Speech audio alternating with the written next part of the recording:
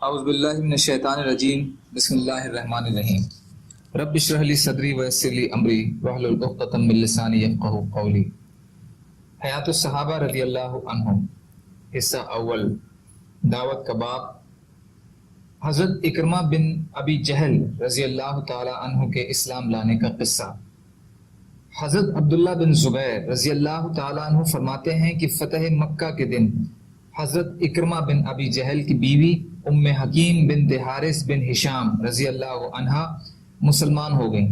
پھر حضرت ام حکیم نے کہا، یا رسول اللہ صلی اللہ علیہ وسلم، اکرمہ آپ سے ڈر کر یمن بھاگ گئے ہیں، انہیں ڈر تھا کہ آپ صلی اللہ علیہ وسلم انہیں قتل کر دیں گے، آپ صلی اللہ علیہ وسلم ان کو امن دے دیجئے۔ حضور صلی اللہ علیہ وسلم نے فرمایا، انہیں امن ہے۔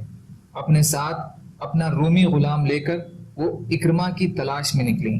اس غلام نے حضرت ام حکیم کو پھسلانا چاہا، وہ اسے امید دلاتی رہی یہاں تک کہ قبیلہ اق میں پہنچ گئیں، تو انہوں نے اس قبلے والوں سے اس غلام کے خلاف مدد طلب کی۔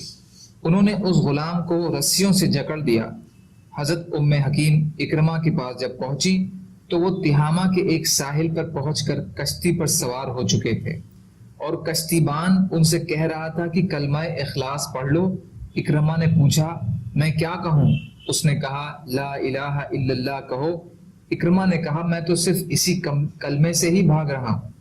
اتنے میں حضرت ام حکیم وہاں پہنچ گئیں اور کپڑے ہلا کر ان کی طرف اشارہ کرنے لگیں یا ان پر اصرار کرنے لگیں، اور وہ ان سے کہہ رہی تھی کہ اے میرے چچا زاد بھائی، میں تمہارے پاس ایسی ذات کے پاس سے آ رہی ہوں جو لوگوں میں سب سے زیادہ جوڑ لینے والے اور سب سے زیادہ نیکی کرنے والے اور سب سے زیادہ بہترین انسان ہیں، اپنے آپ کو ہلاک مت کرو۔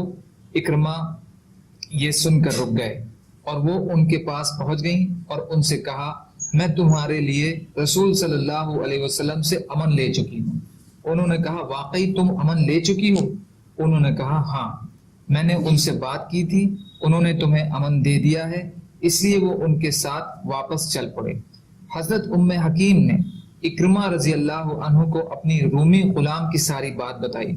انہوں نے غصے میں آ کر اس غلام کو قتل کر دیا، اور وہ اس وقت تک مسلمان نہیں ہوئے تھے، اور جب تک یہ مکہ کے قریب پہنچے تو حضور صلی اللہ علیہ وسلم نے اپنے صحابہ رضی اللہ تعالی عنہ کو فرمایا کہ اکرمہ بن ابی جہل تمہارے پاس مومن اور مہاجر بن کر آ رہے ہیں، آئندہ اس کے باپ کو برا بھلا نہ کہنا، کیونکہ مرے ہوئے کو برا کہنے سے اس کے زندہ رشتہ داروں کو تکلیف ہوتی ہے اور وہ اس مردے تک پہنچتا نہیں۔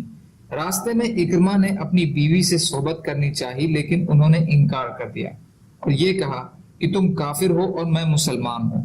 اکرمہ نے کہا، معلوم ہوتا ہے کہ جس کام نے تم کو میری بات ماننے سے روکا ہے وہ بہت بڑا کام ہے۔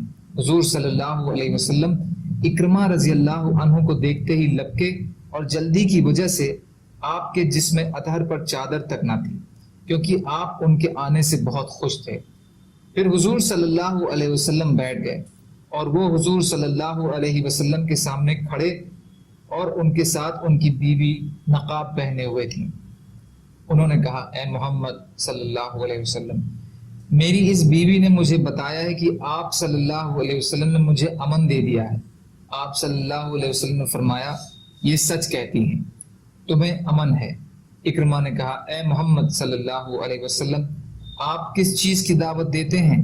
آپ صلی اللہ علیہ وسلم نے فرمایا، میں تمہیں اس بات کی دعوت دیتا ہوں کہ تم اس بات کی گواہی دو کہ اللہ کے سوا کوئی معبود نہیں ہے اور میں اللہ کا رسول ہوں، اور تم نماز قائم کرو اور زکوٰۃ ادا کرو اور فلاں فلاں کام کرو۔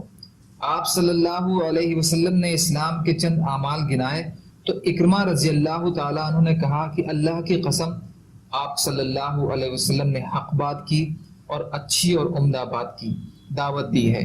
اللہ تعالیٰ کی قسم، آپ تو اس دعوت کے کام کو شروع کرنے سے پہلے ہی ہم میں سب سے زیادہ سچے اور سب سے زیادہ نیکی کرنے والے تھے۔